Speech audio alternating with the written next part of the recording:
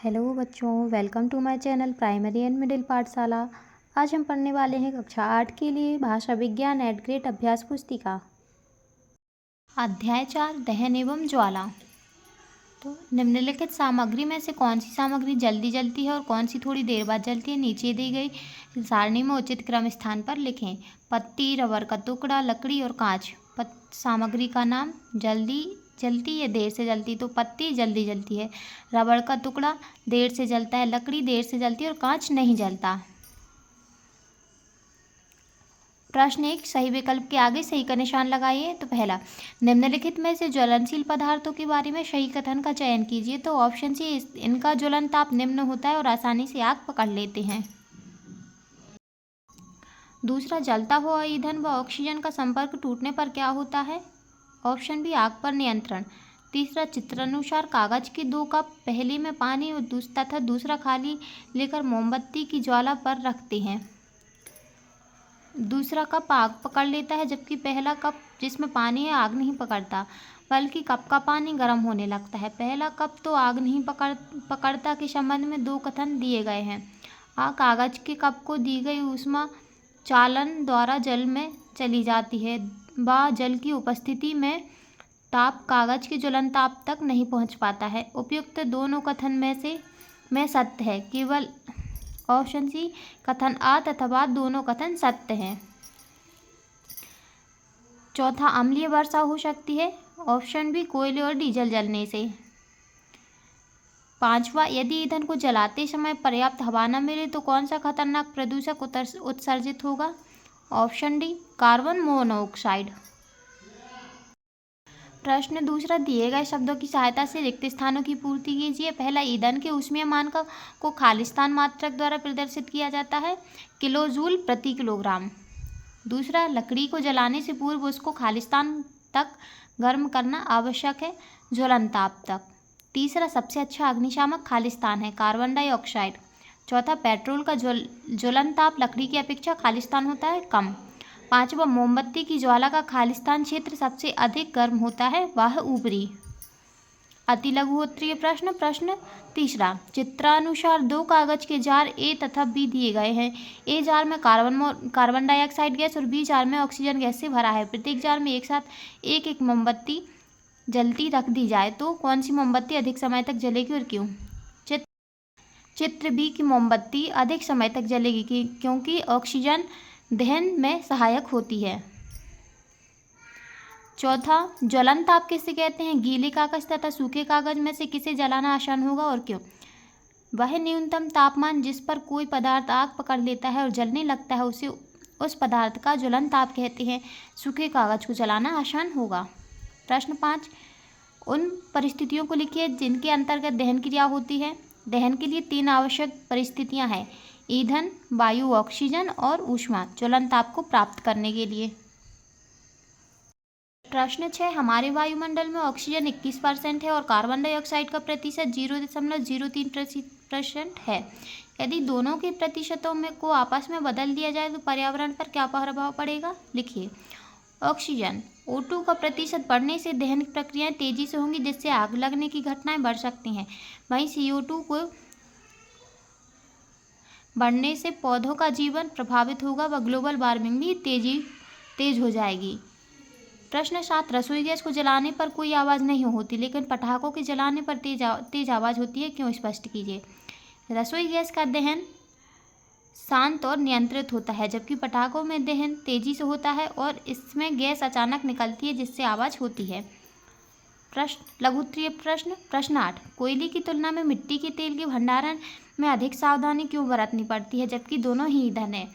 मिट्टी के तेल का ज्वलन ताप कोयले की तुलना में कम होता है, जिससे वह अधिक आसानी से आग पकड़ सकता है और अधिक जल्दी दहन शुरू कर सकता है, इसलिए इसके भंडारण में अधिक सावधानी बरतनी पड़ती है। प्रश्न 9, विद्युत उपकरण एवं पेट्रोल जैसे ज्वलनशील पदार्थों में लगी आग को बुझाने के लिए उपयुक्त नहीं है, जल उपयुक्त नहीं है, क्यों, समझाइए। आप इस आग पर नियंत्रण पाने के लिए क्या करेंगे। जल विद्युत उपकरणों में शॉर्ट सर्किट का कारण बन सकता है और पेट्रोल के साथ मिलकर आग को फैलाने का जोखिम होता है। इस आग को बुझाने के लिए कार्बन डाइऑक्साइड या फोम अग्निशामक का उपयोग करना चाहिए। प्रश्न 10, एक वैज्ञानिक ने एक ईंधन विकसित किया जिसका ऊष्मीय मान अधिक था तथा ज्वलन ताप 20 डिग्री सेल्सियस था तथा यह ईंधन प्रदूषण रहित था। क्या है एक अच्छा ईंधन है? यदि हाँ तो कारण लिखिए। हाँ, यह एक अच्छा ईंधन है क्योंकि इसका ऊष्मीय मान अधिक था और यह प्रदूषण रहित था, जिससे वह अधिक ऊर्जा देता है और पर्यावरण के नुकसान नहीं पहुंचाता है। प्रश्न 11, यदि ईंधन का ज्वलन तापमान कमरे के औसत तापमान से कम हो तो क्या समस्या उत्पन्न होगी? ऐसी स्थिति में होने वाले दहन के प्रकार का नाम और उदाहरण लिखिए।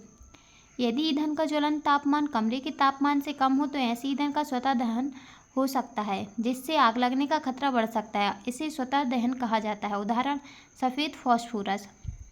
प्रश्न 12, ईंधन के रूप में लकड़ी का उपयोग करना हानिकारक क्यों होता है? कारण लिखिए।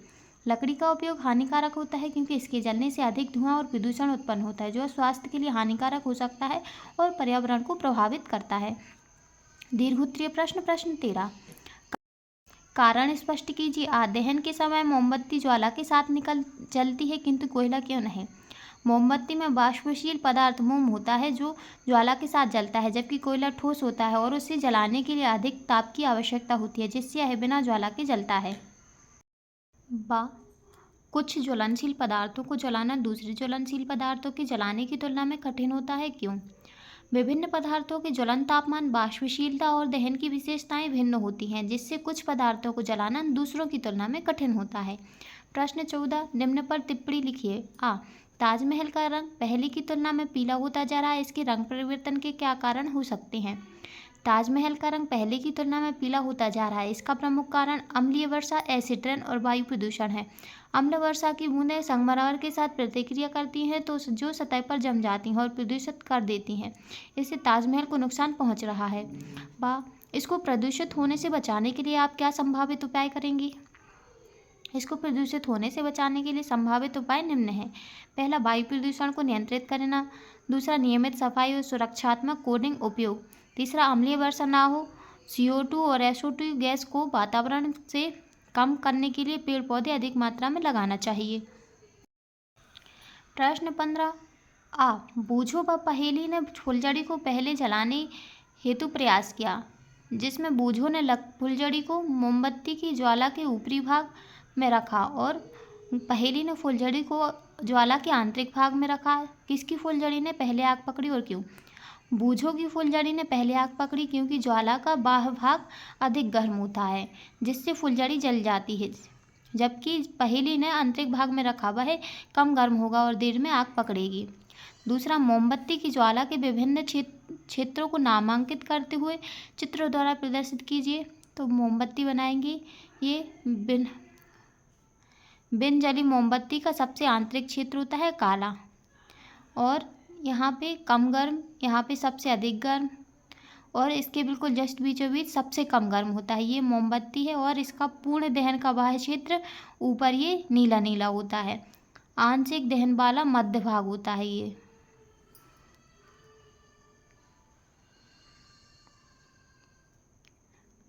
प्रोजेक्ट 1, बूझो व पहेली का घर साला से लगभग 6 किलोमीटर की दूरी पर है। बूझो के पिता उसे प्रतिदिन मोटरसाइकिल से छोड़ने आते हैं व ले जाते हैं तथा पहेली के पिताजी उसे प्रतिदिन कार से साला लाते हैं और ले जाते हैं। बूझो के पिताजी को प्रतिदिन मोटरसाइकिल में आधा लीटर पेट्रोल लगता है, जबकि पहेली के पिताजी को प्रतिदिन साला आने जाने में 2 लीटर डीजल लगता है। पहला, अपने माता पिता या अभिभावक की सहायता से पूछकर निम्न तालिका को पूर्ण कीजिए। बूझो के पिता द्वारा कुल व्यय पेट्रोल लीटर में, पहेली के पिता के द्वारा व्यय डीजल लीटर में। एक सप्ताह में आधा लीटर प्रतिदिन, तो 7 दिनों में 3 लीटर, 3.5 लीटर। फरवरी 2024 में 2024 फरवरी 29 दिन की होती है, तो आधे लीटर के हिसाब से 14.5 लीटर फरवरी माह में लगेगा। और पहेली के पिताजी के लिए 2 लीटर प्रतिदिन, तो 7 लीटर डीजल, 14 लीटर डीजल प्रति एक सप्ताह में लगता है। और फरवरी माह में कितना लगेगा? 58 लीटर। दूसरा, वर्तमान में 1 लीटर पेट्रोल का कुल मूल्य 116 रुपये है, तो बूझो के पिता द्वारा एक सप्ताह में कुल कितनी राशि का पेट्रोल खर्च होगा? तो 116 रुपये प्रति लीटर, तो 7 दिनों में कितने का? 870 रुपये का पेट्रोल खर्च होगा। वर्तमान में 1 लीटर डीजल का कुल मूल्य 102 रुपये है। तो पहेली के पिता द्वारा एक सप्ताह में कुल कितनी राशि का डीजल खर्च होगा? तो 102 × 7 बराबर 714 रुपये का डीजल खर्च होगा। चौथा, डीजल या पेट्रोल के स्थान पर प्रदूषण से बचने के लिए आप वाहनों में किस ईंधन का प्रयोग करेंगे? डीजल या पेट्रोल के स्थान पर प्रदूषण से बचने के लिए हम CNG या विद्युत ऊर्जा इलेक्ट्रिक का उपयोग करेंगे। ये पर्यावरण के अनुकूल हैं, इनमें कम प्रदूषण होता है। प्रोजेक्ट दूसरा, अपने आसपास के 10 घरों का सर्वेक्षण कर पता लगाइए कि खाना पकाने के लिए किस प्रकार के ईंधन का उपयोग किया जाता है। इनमें से कौन कौन सी ईंधन प्रदूषण के लिए उत्तरदायी हैं? घर 1 से 6 सर्वेक्षण LPG रसोई गैस, 7 से 8 सर्वेक्षण लकड़ी और कंडे का, घर 9 सर्वेक्षण इंडक्शन का और घर 10 कोयला का। लकड़ी और कोयला प्रदूषण के लिए मुख्य रूप से उत्तरदायी हैं, इनमें हानिकारक कण निकलते हैं। हानिकारक ईंधन स्वास्थ्य एवं पर्यावरण पर क्या प्रभाव डालते हैं? अपने विचार लिखिए। हानिकारक ईंधन स्वास्थ्य पर प्रतिकूल प्रभाव डालते हैं, जैसे आंखों में जलन और लाल होना, फेफड़ों की बीमारियां जैसे अस्थमा, सांस लेने में तकलीफ और लगातार खांसी। हानिकारक ईंधन पर्यावरण पर भी प्रभाव डालते हैं, इनसे वायु प्रदूषण होता है। इसी के साथ हमारा अध्याय 4 समाप्त होता है। यदि आपको हमारी वीडियो पसंद आई हो तो like, subscribe, share and comment जरूर करें। धन्यवाद।